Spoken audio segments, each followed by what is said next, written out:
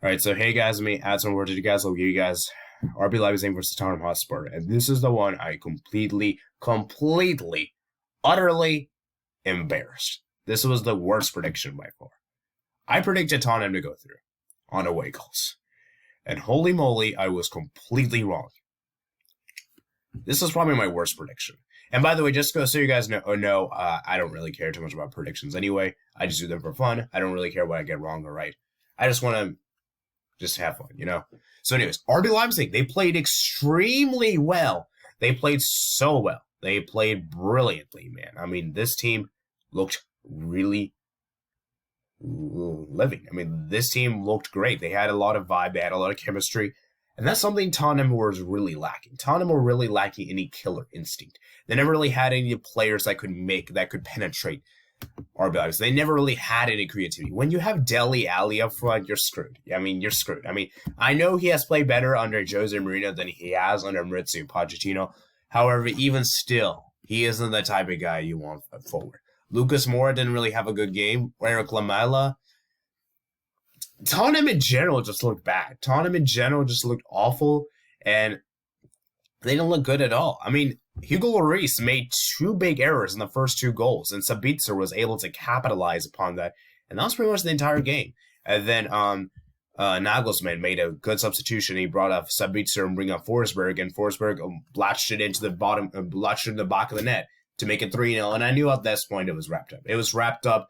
I said coming into this game that if there was any chance for Spurs to get a goal, it would be a very it would just be like a it would just be a very there was really no chance for Spurs to get a goal. Like I'm being completely honest, Spurs really didn't have much opportunities. I mean, look at the statistics here, guys. 6 shots, 3 on target.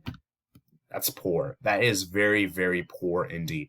Now, to be fair, Tottenham are very depleted. They don't have Son Heung-min. They don't have Harry Kane. They don't even have Bergwijn. They don't even have the right players. They don't have. I think Eriksen is a big loss for Tottenham Hotspur because he always bring the creativity. And I think RB Leipzig in general, they have been great. And Sabitzer and Forsberg played extremely well. And of course, Timo Werner, not to mention, he played pretty well today too. I think he was one of the best players for sure. And Sessegnon, I think Sessegnon and Harry Winks. I mean, Tottenham really didn't do much at all, and it was very poor from Tottenham. And I don't understand why because Lloris had such a great game in the first leg. He had such a great game, and it was that one goal he conceded. I felt like that kind of damaged Hugo Lloris, and that Hugo Lloris was frustrated because had he kept a clean sheet. I mean, even if he had kept a clean sheet, let's be real though, I don't even know if Tottenham could have gotten a great result away from home. So Hugo Lloris didn't have a good game today, I think it's fair to say, and he opted for a 3-4-2-1, which, in my opinion, was, I mean, I guess this was the right call to make. I don't know. Perhaps he should have maybe have done a 4-4-2 to be very defensive, and you could go in the counterattack. The problem is Tottenham Hotspur Tottenham Hotspur are one of those teams that they can always surprise you in so many ways. Like Tottenham Hotspur, one of those teams. Like I know last year in the Champions League they played really well, and I know they got to the final. But even last year, like there were some moments where Tottenham didn't look so good. I mean, Tottenham lost, guys. I mean, Tottenham conceded 4 goals against Barcelona in the group stage. They also conceded 4 goals against Manchester City in the quarterfinals. I mean, so this team isn't very good defensively speaking.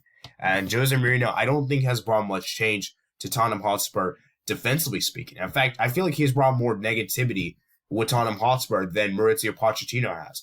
Because he actually called out his players and said, Ndombele sucks, I understand he's coming from a different league, whatsoever. And he basically just flat out criticized him in the public, which is something that is a bit odd and is probably not the right thing to do, especially criticizing someone in public like that.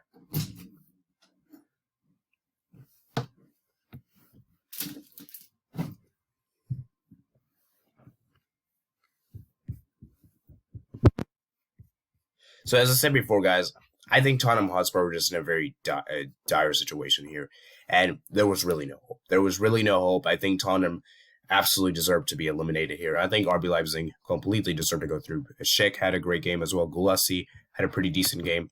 And as I said before, Tottenham couldn't even score any goals. They couldn't score any. And I think they rightfully didn't. I mean, like, they don't have a team at all. And it's interesting to me that they were one of the top teams to score so many goals in Champions League. Let's be fair, though. Their group was pretty easy. Like, their group wasn't really that difficult. Like, Red Star Belgrade, and I would say Olympiacos. I do admit, though, Olympiacos was a tough test because Olympiacos did get a draw from them. Bayern Munich, though, they destroyed them. They battered them. They humiliated them. I'm just sorry, Tottenham Hotspur. I feel very bad for you guys. I really do.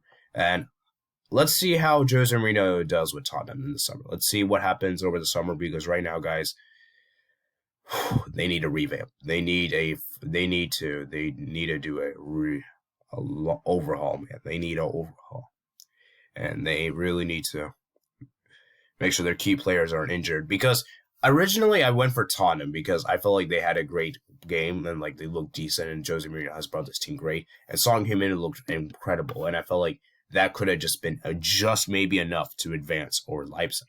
And I knew Leipzig would be a difficult team. However, Leipzig this year specifically, haven't been so good. Like, they haven't been as great as they were last year.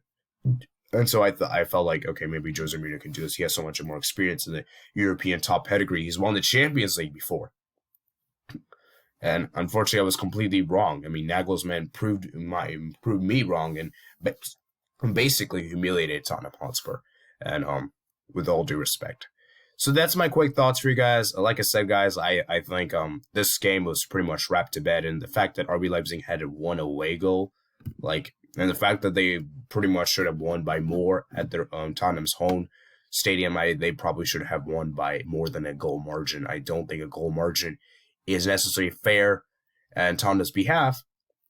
However, I do think RB Leipzig definitely deserved to go through, and I think they were the much better team. They were the much better team, and I have to say, Tottenham, I'm sorry, it sucks to be you guys. So yeah, that's all my quick thoughts for you guys. Let me know what you guys think in the comments below. Who do you guys think was Tottenham's best player? If I had to choose, I would say the best player for RB Leipzig, the man of the match, I would say Sabitzer. Tottenham's best player, maybe Lo Celso. I guess I'll say Lo Celso. I think he had a pretty decent game, and I think he looked one of the best Tottenham players, I'd say. And so yeah, that's all I have for you guys today. And so I hope you guys enjoyed this video, guys. Peace out.